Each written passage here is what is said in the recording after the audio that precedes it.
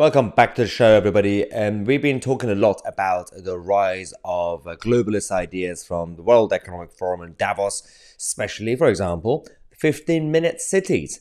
For those who don't know, obviously check out the videos we've done. They plan to turn some places and cities into 15-minute blocks. So basically, they'll be banning cars, they'll be charging you if you drive outside your district. Everyone will be in their own box and district to help the environment and to create efficiency, to save you from yourself. This is basically a dystopian future.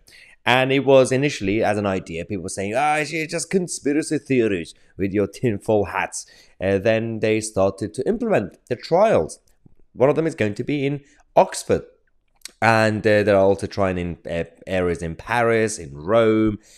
And this year's Davos, they also introduced the 5-minute cities. 5 minutes. But it's funny, but it's quite dangerous if they fully implement these ideas. In fact, we have a video that the Together Declaration posted a grandmother in Oxford talking about her concerns when it comes to Oxford turning into a 15-minute city.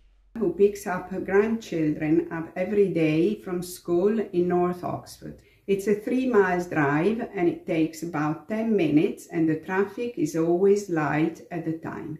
With the traffic filters, I will have to drive north, take the bypass up to Iffley Road roundabout and drive along Iffley Road. That will be 12 miles and it will take 30-40 minutes depending on traffic that is already heavy. Residents like me only have 100 passes per year. At the moment, I still have a very active life and see my family every day, but the filters could seriously affect that. They could isolate me at my age. That can be dangerous. Furthermore, these policies will make the traffic and pollution on both the Ring Road and the A34 far worse. Along the bypass, lots of flats and houses have been built in the last decades. Why are these people less deserving of clean air? In fact, pollution will cover all of the city, also the center and the side roads. That's the irony, by the way, because they say we're primarily doing it for air pollution and everything else like that. But of course, if you create boxes and a bubble, then the areas outside of it, all the other places that are residential and people are living there, that will be polluted. That's still part of the planet. I don't understand the concept. I don't understand the logic behind it. Well, clearly there's no logic behind it.